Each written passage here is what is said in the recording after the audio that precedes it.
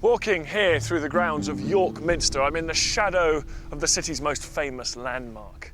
And the earliest part of the building, the crypt, was built by the Normans.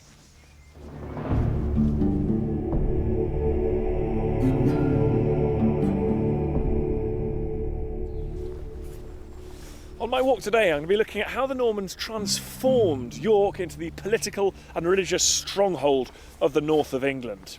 In the course of a fascinating century, they brought first terror and violence to this part of the country, and then long-term economic prosperity. And they left behind them a legacy that endured.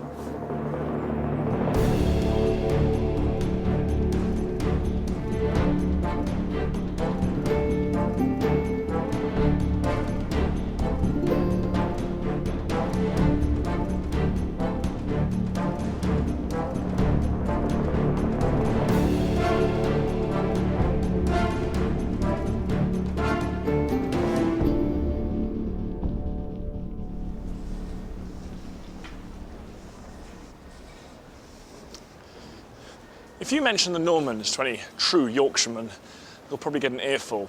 They have a long memory in these parts, and what they're remembering in particular is the so-called infamous harrying of the north. In the late 1060s, there were a series of uprisings against Norman rule, and these were repressed by the Normans with terrible cruelty. Nearly every settlement between York and Durham was destroyed. The very fields were sowed with salt to destroy agriculture. 100,000 people were killed and tens of thousands more died of starvation. There were even reports of people resorting to cannibalism. The harrying brought the north under control in the most brutal and effective manner. And it meant the Normans had achieved what the Saxons never quite managed. From now on, Yorkshire and Northumberland would be part of a genuinely unified England, with the city of York as its regional capital. There's such an incredible layering of history here at York. It was the stronghold for the Romans in this part of the country, and was very important under the Saxons, Vikings, and of course the Normans. And it went on really mattering. These extraordinary walls were built in the 14th century, and the Minster itself wasn't completed till 1472. The Great Walls and Minster are a sign of York's prosperity right across the Middle Ages. The city benefited from a boom started by the Normans. On this walk, I'm hoping to see how the invaders not only conquered and controlled this region, but inspired faith, commerce, education and technology, the fabric of a new era for the north.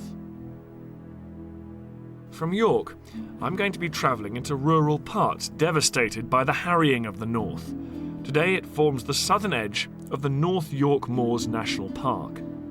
My 5-mile walk will take me from Helmsley to the village of Rievaulx, through an area reignited in the late Norman period, through the enthusiastic sponsorship of religion, in particular by the creation of one of our greatest abbeys. Today, the Yorkshire countryside is littered with romantic ruins of medieval monasteries. But before I head out there, I've come here to the edge of the medieval city of York to see where this link between York, the Normans and the monasteries really began. York Museum Gardens is where I've arranged to meet Professor Janet Burton, the country's foremost authority on the monasteries of northern England. The gardens lie beside the Roman origins of the city, the fort of Eboracum. But I've come here to see a very different sort of landmark, established by our country's next great builders in stone. 20 years after the massacre of the harrying, William II, son of the Conqueror, granted this site to the Benedictines and started St Mary's Abbey. So is it unusual to have such a big monastery so close to the middle of town? No, it isn't really. In the 11th century, when St Mary's was founded, the late 11th century, it was really quite a normal thing to do to found a monastery, either within a city or on a site like this just outside the walls of the city. How were they useful to the king? Why was it in his interest to have this vast abbey in the middle of York?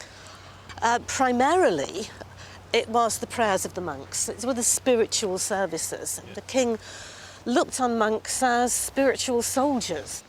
But Abbot Stephen himself, the founder abbot, wrote a short narrative of the foundation of St Mary's, and he makes the specific point that William II was quite aware that York had been a troublesome place. So when this stone abbey started to rise up here in the late 11th century, within sight of the stone minster, you think of the stone castles that William I had built, these were all real symbols of royal authority. So what about the link between this abbey and perhaps the more famous abbeys to the north of here, where I'm heading next? Many Norman lords, this new aristocracy that settled after the conquest, they start patronising St Mary's, they grant lands. So in one way, they're saying, you know, if this is the King's Abbey, we want to show our support for the King by supporting his monastery. But then they go and do the same thing by founding their own monasteries. So they might build a castle, but they also found a monastery. They get the prayers of the monks, but they get a visible reminder of their power and their authority. What about the effect of these monasteries on the population in these parts? Are these sort of little nuclei of Normanness that are slowly making the country more Norman? I think they were, yes. I mean, William of Malmesbury, the Norman chronicler, comments on the coming of the Normans and how, I think he said, in every city and village you could see churches rise up in a style unknown before. I mean, they were building big. Sometimes we get mistaken impressions about monasteries such as St Mary's.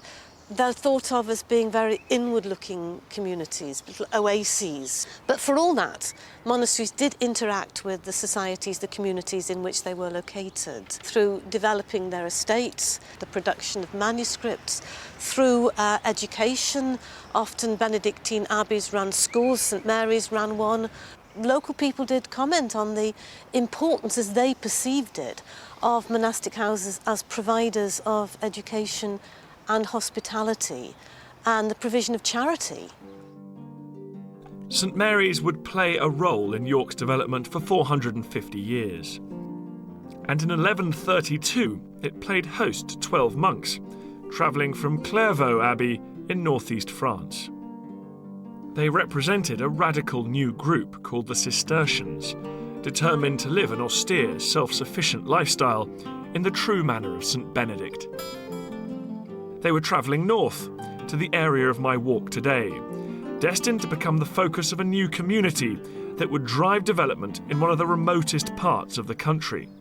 And they came at the invitation of the new Norman lord. The town of Helmsley, gateway to the vast expanse of the North York moors. Wild country, which would have been even more wild back in the 11th century. Following the harrying of the Normans, the productivity and the population would have fallen dramatically. But now the Normans were keen to change all this. In particular, a man called Walter Especk, who built Helmsley Castle. 50 years after the harrying, Walter Especk was a rising star.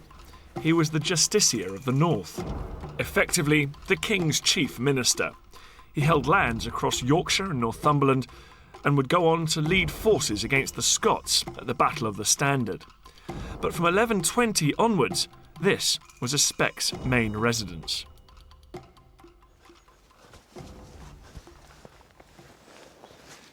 Walter Especk was responsible for the building of this east tower. Well, in fact, the bottom 2/3 of it.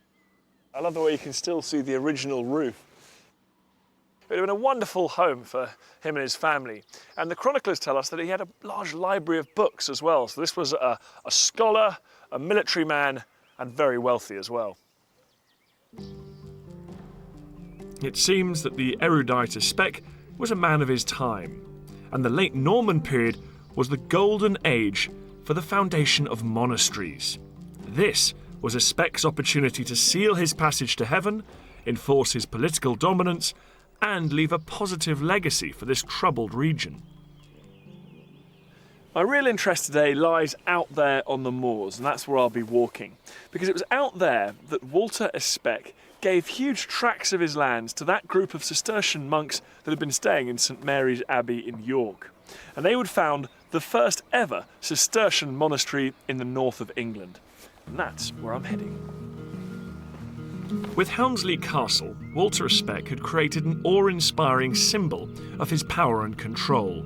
his next task was to establish a great institution to drive Norman colonisation. But as my walk leaves the town, Aspec's impact was more subtle. He was guardian of the massive areas of royal forest, land which for the past 3 centuries has been the grounds of Duncombe Park.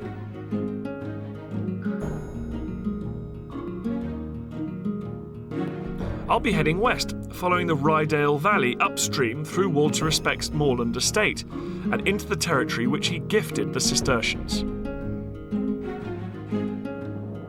My destination is a small village, hidden at the bottom of Rievaulx and clustered around the ruins of Rievaulx Abbey, one of Yorkshire's great monastic institutions and a legacy that would far outlast the Normans.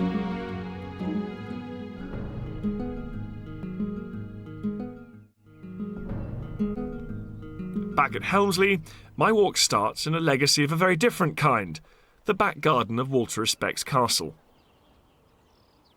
For the past 3 centuries, this cleared area has served as the parkland of Duncombe Park, one of the great country estates of Yorkshire.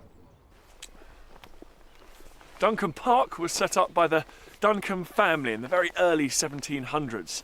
Now they had made all their money in banking. They were new money. So in that way they're an interesting parallel to Walter Aspec, who of course in the 11th century was also a new face, a man on the make. It's said that the Norman lords created their own sporting venue right here, a clearing where moorland beasts were driven in and then hunted for the entertainment of guests watching from the castle. And to this day, you can still make out the faint ridge in the land that once enclosed the hunting area. Some of the Duncombe oaks today could be as old as this medieval arena.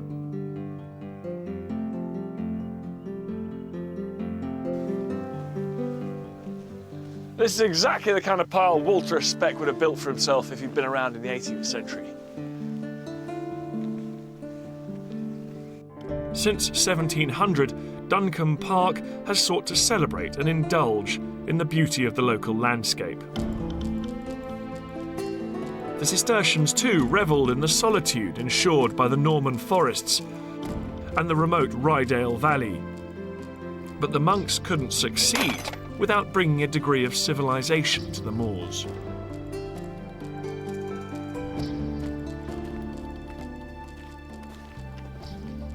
Fantastic. This is my first view of this steep valley here called Rievaulx, and Rievaulx Abbey lies at the bottom of that, a few miles along here, and my walk's going to take me along the top of this escarpment. Beautiful views all the way, I hope.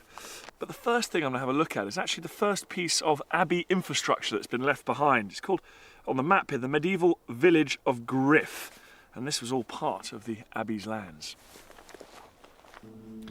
In 1131, Walter Aspec agreed to give away 1,000 acres of his Yorkshire lands to the arriving Cistercians. This was but a small donation from the great Norman lord, but for the 12 pioneering monks, it was enough to establish their own abbey and remain true to their ideal of self-sufficiency. On the flat plateau above the Rye, I've come to the land of Griff Farm to meet the team who've investigated what took place here on the edge of Rievaulx's first grant. So guys, on my Ordnance Survey map, this is marked as a medieval village, is that true? Yes and no. I mean, Domesday actually has reference to a vill, some sort of settlement on this location. We haven't produced any evidence of a settlement, have we really? We spent about 6 weeks up here a few years back, really getting to grips with the earthworks, trying to understand what was going on. Any surprises? Once you look at the layout and start to understand how all the elements of this site relate to each other, you realise it's not a village, it's a single unit, it's a farmstead. I suppose the surprise being that we confirmed that it was a grange, not the deserted medieval village that we see mentioned on the maps. But certainly I think some of the more substantial buildings are a really, really good find. So it's a big prosperous farm then, is that what it is? That's exactly what it is, yes. It's a monastic farmstead, an outlying monastic farmstead called a grange. The building we're in is a barn, we think, from the plan of it and the size of it. And in Old French, grange means barn, so this is the barn at the heart of the grange. How contemporary is this to the founding of Rievaulx Abbey? It was there absolutely at the beginning of the foundation. It was part of the original grant from Walter Speck. There was the grant of the Abbey site, the Grange land here. The initial grant was for about the equivalent of 1,000 acres. It wasn't a contiguous area of 1,000 acres. It would have been split between various parcels of land. The parcel of land that would have come with griff as the bequest to the monastery at the outset would have been about 480 acres, about half the total land given over to the monastery. This area is not a blank canvas when the Normans arrive. It's been used since prehistory. The name Griff, which is given to this grange, is a Norse name. It's in other words, we've got a Viking community living here who are farming a substantial area of land, arable land up here. So that's what the monastic community takes on, and they use that as a bridgehead for expanding out onto the North York moors there. I mean, we look at this today and it is a relatively tame arable landscape that looks as though it's been like that forever. But when the monastic community came here, first of all, they inherited something that was more akin to an island of arable in a sea of heather and moorland, really. Quite unpromising land, and it needed real vision and real entrepreneurial spirit, really, to actually make something productive out of that. Okay, so are there any quarries around? The Griff was the first of what became a network of grange sites. As Rievaulx grew, it needed more food, more support work, and inevitably more income. By the 1300s, the abbey had 20 granges providing crops, fish, and vast numbers of sheep. They were the engine room of Rievaulx's economy, and as new benefactors continued to pledge land and resources, the reach of the abbey spread far beyond the moors. But from the very outset, the monks created a demand for wood, and here in Rievaulx, the steep valley sides have changed remarkably little. So how could this woodland here be productive? Well, I mean, this is a piece of ground which really isn't much used for anything else, so it's making the best of a bad lot in a way, putting woodland on it. I say putting woodland on it, it's been wooded since the last ice age, but throughout the medieval period and right up to today, as you can see, it's been managed woodland, intensively managed, and for most of the medieval period and quite a lot of the post-medieval period as well, it's been coppiced. In other words, the trees have been cut right down to the base. You get that crop of fresh new growth, which after 20 years is perfect stuff for charcoal manufacture. So I never know how you know that something's an ancient forest or not. Well, not necessarily by the trees that are here today. I mean, we're surrounded by very modern larch and pine, but very often by the species that are at ground level, which rely on this injection of sunlight that they get through the process of coppicing. And this is a particularly good patch here. We've got these lovely little violets, bluebells, primroses. Just up there we've got wood sorrel, and over there wild garlic, wood anemones. So we've got the full range of species that really characterise what is the best of our woodland flora. Whilst the demand for wood lasted centuries, the first decades of Rievaulx's life saw a demand for one special commodity: stone. And between 1132 and 1260, the abbey itself was built, rebuilt, and regularly extended. And right here, in what is still called Quarry Bank Wood, the scars of the building work are very clear indeed. You can see some of the blocks of stuff they haven't used. Yes, it's almost left in situ as they stopped working. These were some of the rocks that were left behind that weren't needed. Just a mile downstream from Rievaulx, the monks found a fine-grained limestone which became part of the abbey's refectory. And we've seen a couple of others on the walk. I mean, were they quarrying all along this face here? Yeah, this outcrop of limestone sort of comes along the edge of this escarpment, and indeed there are numerous other quarries along this area. With a keen eye, you can spot Rievaulx's managed woodlands and quarries all along Rievaulx. In 1145, Walter Speck was pleased enough with progress to grant more lands further up the valley and into the moors. But my walk now heads downhill, into Rievaulx for the first time, and towards the quiet, hidden focal point of Rievaulx's world.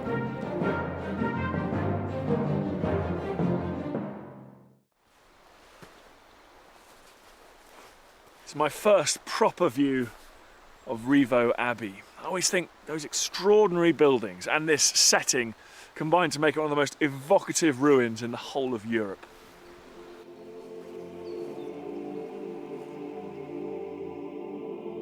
The grand site owes much to Rievaulx's third abbot, Aelred, a theologian of international repute. He presided over the abbey for 20 years at the very end of the Norman period.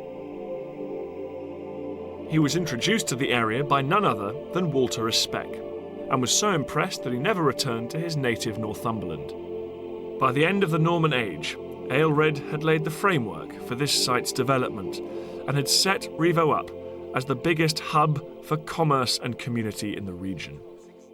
It's an absolutely massive ruin, isn't it? I mean, was this the biggest abbey in the north of England? Well, getting on that way, it was the headquarters of the Cistercians in the north of England, and was the first Cistercian abbey in the north of England. So its size warrants its status, shall we say, in that way. And how many monks would there have been here? Well, at its height, there were 150 choir monks, so this is mid-13th century, and upwards of 450 to 500 lay brothers looking after them, so they were doing most of the manual work. That's a big settlement, isn't it? It is indeed. So which parts are Norman? Principally the nave that we're in now. If you turn round and look at the walls, you can see we've got two sets of Romanesque Norman arches, and then on top, where the stone changes colour, that architecture is more or less 100 years later. Oh, so those rounded ones are Norman? That's it, absolutely. That's the Norman part of the abbey. And that's a key piece of general knowledge. Absolutely. The round ones are Norman. Once you start to get more pointed, you're into Gothic. So, okay, so this bit either side of us is Norman as well? So this is more or less Aelred's church. And then the rest of the architecture, going further, building higher and longer, is about 100 years later. You're about 1220, finished by about 1260. So as the abbey starts making more money, it starts to build extensions? Absolutely, yes. You can build higher, nearer to God, and you can build longer because you can. And so what are the monks up to during that golden age? I mean, some of them are in here studying and praying, others are out reclaiming land and farming and things like that. Yes, I mean, because they were a self-sufficient community, the more land they got and the more the population grew here, of course they needed more supplies or whatever to keep that community going. But they were very quickly into trading in wool. Wool was the principal economic measure at that time, and they were foremost in certainly in this country, and formulating the Middle Ages, the wool industry in this country. The farming implements all had to be made. So they're very much into iron smelting. They were mining iron further up the valley, bringing it back here and smelting. So there were furnaces here during the monks' time, and continued well after the dissolution. So you think the legacy of the monks here actually continued, well into modern history? Absolutely. With the dissolution, the industry, the iron industry, carried on for another 100 years. Because it was an important economic area, and it's as a result of the iron industry that we have the village now. So what happens to the great founder, Walter Especk? Well, it's interesting. The reason for the founding of the abbey was that he'd lost his son in a riding accident, and so declared that God would be the heir to his lands. He then ended up, in the last 10 years of his life, coming back here as a monk. So he gave up all the power and prestige of being a Norman? No, really? Absolutely, yes.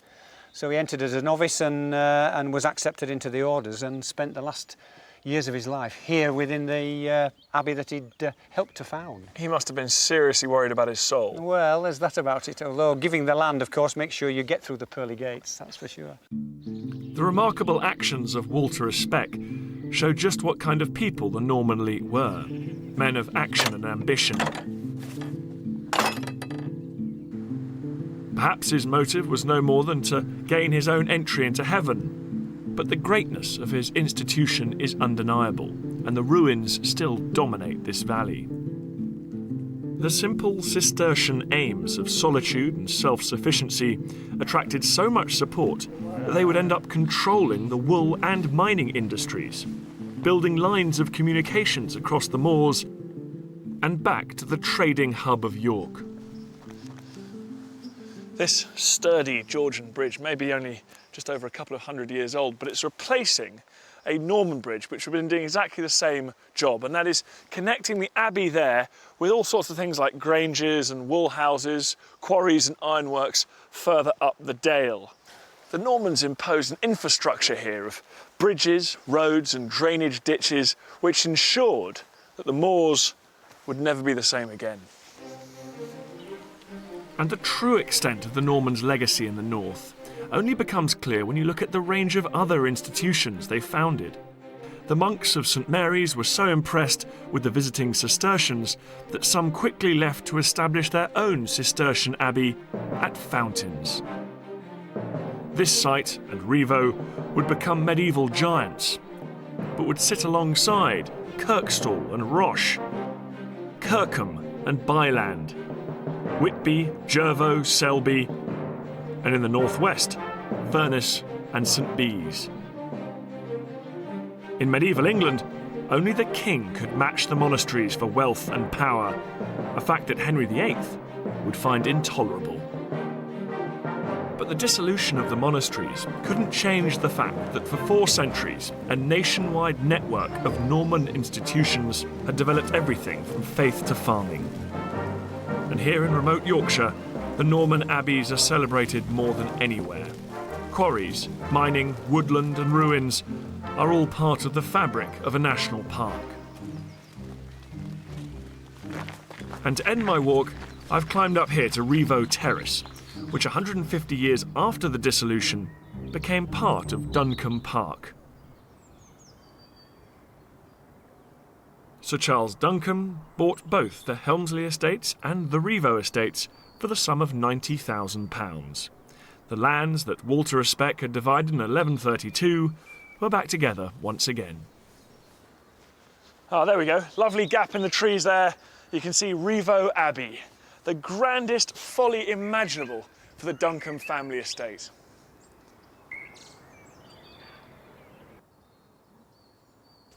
I find it hard to believe that Walter Speck, the powerful Norman baron who helped found this monastery, ended up swapping his castles and his lands to end his days as a monk down there.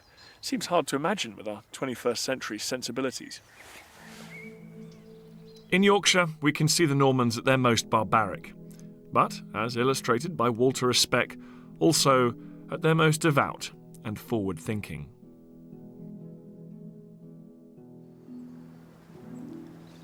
For me, Rievaulx really embodies all things Norman, the love of ambitious building projects and the obsession with power, wealth and Christianity. Walter Speck died in 1154, which was coincidentally the same year as the last Norman king, Stephen. But by that time, this abbey and others like it were transforming this landscape totally. They were ushering in a new era of prosperity and international trade and commerce. And they were helping to cement this part of the country into the new Anglo-Norman kingdom.